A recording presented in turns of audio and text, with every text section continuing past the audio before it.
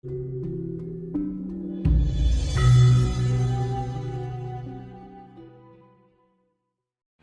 Dan selama iya, kalau orang Jawa bilangnya begitu. Nah, ketika mungkin ini dikaitkan dengan para elit global yang dulu katanya konon itu memang mau mengacaukan cuaca di dunia, mungkin akan mempengaruhi hasil pertanian yang tentunya nanti pengaruhnya ke masalah pangan. Saya juga tahu beberapa tokoh-tokoh besar, tokoh-tokoh kaya, konglomerat di luar negeri itu sudah mulai memborong tanah untuk menanami gandum dan sebagainya sebagai istilahnya apa ya, untuk logistik mereka, persiapan. Kalau menurut pandangan Mas Tinus, kira-kira apakah juga seperti sekarang keadaan cuaca dan sebagainya ini mungkin ada kaitannya dengan ulah-ulah mereka itu? sekarang ini, kalau itu perilaku elit global bisa mengendalikan alam, sedangkan mereka kok kena bencana sendiri, ya kan? Tidak bisa menanggulangi. Contohnya misalkan Amerika, Los Angeles, ya kan? Itu ada nyatanya nggak bisa menanggulangi juga, ya kan? Lah, faktor alam ini kan pengaruh dari pembangunan infrastruktur, gedung-gedung, ya kan? Terus segala fasilitas alam ini telah dirampas oleh manusia. Itu kan otomatis mempengaruhi iklim. Perubahan kosmik. Secara iklimnya, lingkungannya itu kan terjadi banyak pencemaran. Orang sudah tidak menjaga lagi kualitas. Jadi yang dulunya hutan menjadi bangunan, menjadi perkotaan. Ini kan mempengaruhi panasnya alam semesta. Lah, gini, karena hujan ini kan pengaruh pada kualitas lapisan ozon, gitu. Karena pertumbuhan secara apa ya namanya, pertumbuhan dari tumbuhan itu kan mulai berkurang. Itu bisa mengurangi kualitas oksigen atau O2. Nah, kualitas O2 ini yang telah berkurang ini akan mengurangi kualitas O3, karena O3 itu kepadatan dari O2. Nah, O3 ini adalah ozon yang melindungi bumi ini. Lah, kalau ke kondisi atmosfernya rendah, kondisi oksigennya rendah, O2-nya rendah, otomatis ozonnya juga rendah, O3-nya. Nah, ini otomatis sinar ultraviolet, sinar dari matahari ini kan menembus, semakin mengena pada permukaan bumi. Nah, ini pengaruh pada iklim nantinya, pemanas global warming.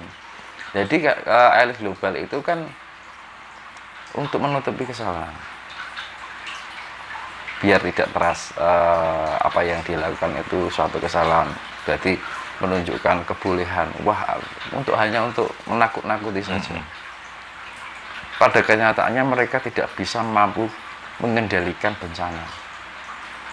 Saya jamin, kalau orang yang merasa mengendalikan bumi ini, mereka nanti akan kena duluan oleh bencana. Karena merasa sombong dengan alam ini. Siapapun yang merasa sombong dengan alam, mereka akan kena duluan. Oke. Merasa mampu bisa mengendalikan alam. Oke. Karena mereka hidup tergantung air.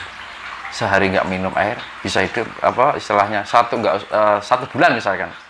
Mereka nggak dibekali air, kira-kira bisa hidup nggak? Nah itu kan kesombongan manusia. Nah, kesombongan ini kan karena sifat liar tadi, sifat hewani itu, yang dibekali kecerdasan bukannya digunakan, dimanfaatkan untuk hal yang sifatnya memelihara atau menjaga, tetapi menghancurkan. Oke. Tetap ini kaitan dengan alam ya. Kita tahu dalam laku spiritual itu bahwa orang-orang yang mungkin dalam level tertentu itu bisa tahu bahwa alam itu juga mempunyai kesadaran, seperti gunung, sungai, pepohonan dan sebagainya itu mempunyai kesadaran tersendiri. Pertanyaannya begini, kira-kira bagaimana cara membangun rasa agar sambung antara kesadaran manusia dengan kesadaran alam. Itu tadi, karena kan makanya kan ada anjuran untuk pengolahan meditasi, ya kan, kita harus bersinergi dengan alam, melakukan perenungan. Itu sebenarnya bisa mengendalikan itu.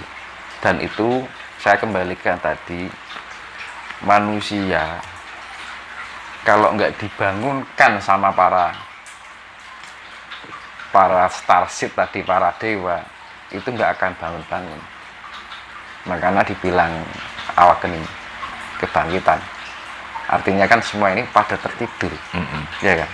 Artinya tidur kan orang sadar atau tidak sadar, mulai dibangunkan lagi. Jadi manusia ini tidak bisa tumbuh berkembang sendiri tanpa sentuhan para dewa. Tidak akan bisa mengenal siapa sih Tuhan, ya kan? Padahal dirinya sendiri adalah manifestasi dari Tuhan, kan gitu. Makanya terjadilah sifat-sifat liar ini yang menghancurkan alam semesta ini, kayak bumi ini, yang gitu kan. Karena apa? Memang manusia kan dibekali ketidaksempurnaan, maka perlunya disempurnakan lagi. Nggak ada manusia, maka nggak ada manusia yang sempurna. Ya, memang benar.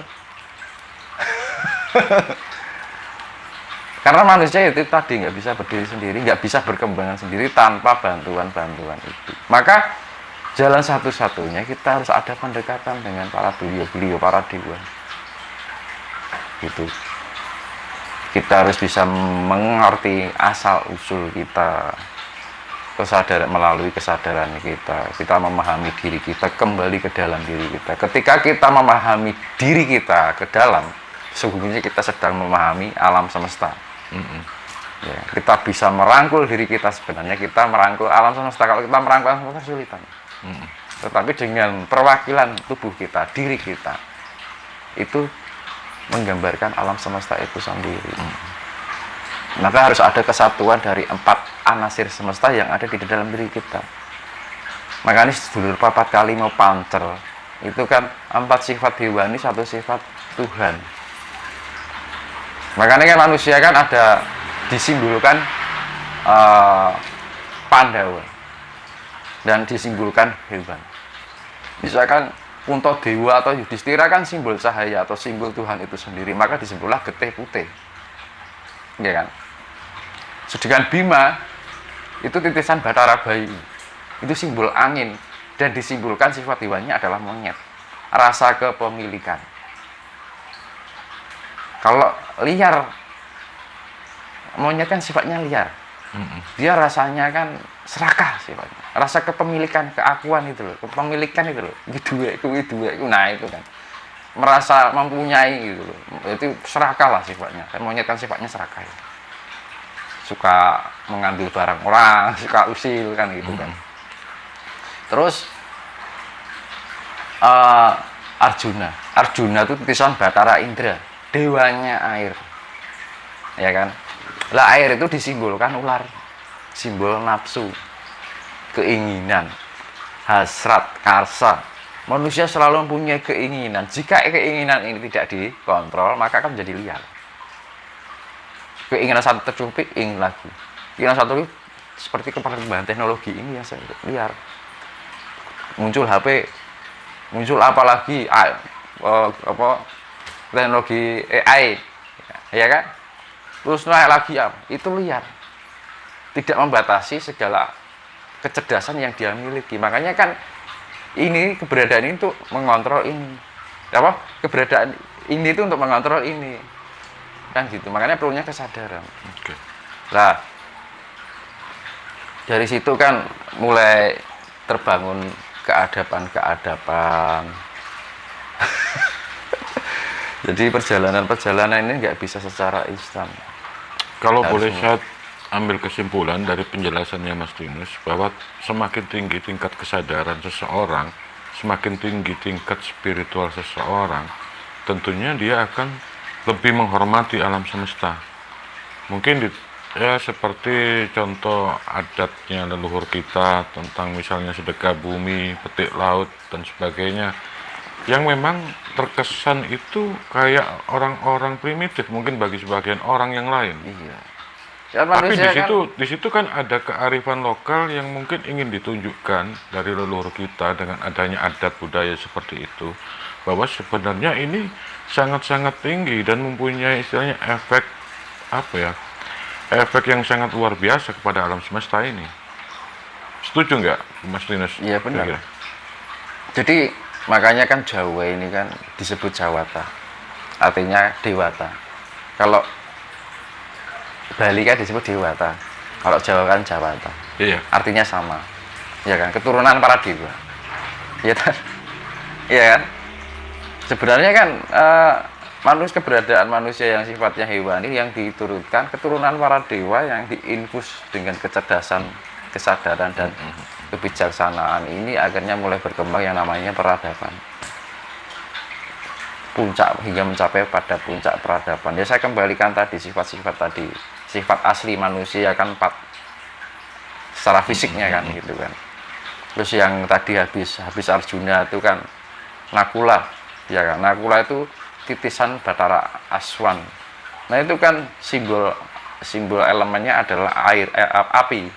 Nah simbol api itu elemen api itu disimbolkan hewannya adalah banteng. Yaitu kan sifat angkara atau kemarahan.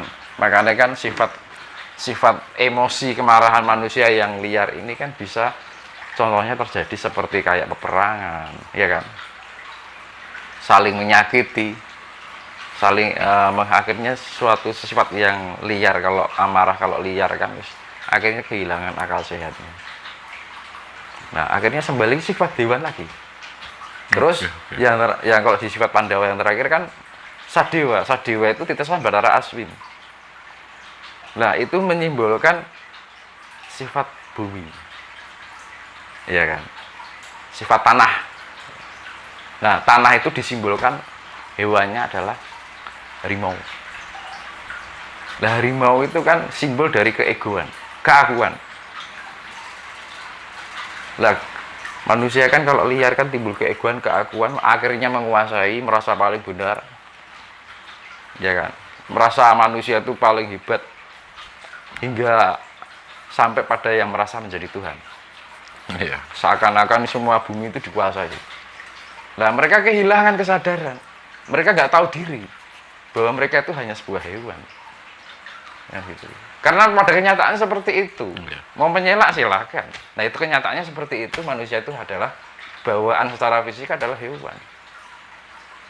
Tanpa bantuan para dewa, nggak akan terjadi manusia yang seperti ini. Ada kamera ini, artinya manusia diberikan kecerdasan, logika, lebih diberikan penalaran untuk menciptakan sesuatu yang, tetapi, lah kesadaran ini kan yang luntur. Mulai manusia itu kan meninggalkan apa namanya keadaban, kemoralan. Makanya kan zaman Mataram kuno, kehidupan itu kan harmoni, selaras, gemah ripah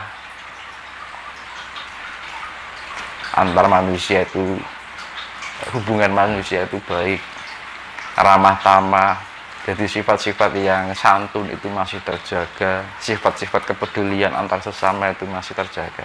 Nah sekarang apa yang terjadi? Semau gue kan, ibaratnya kan itu. Nah itu, nah mau gimana lagi? Dan keadaan dunia bahkan negara ini juga dikuasai oleh generasi reptilian, bukan generasi para dewa. Makanya dibangkitkan, adanya kebangkitan spiritual ini sentuhan dari para dewa. Maka bersyukurlah ketika kita mengalami gemblengan dan diarahkan pada sesuatu yang sifatnya tradisional,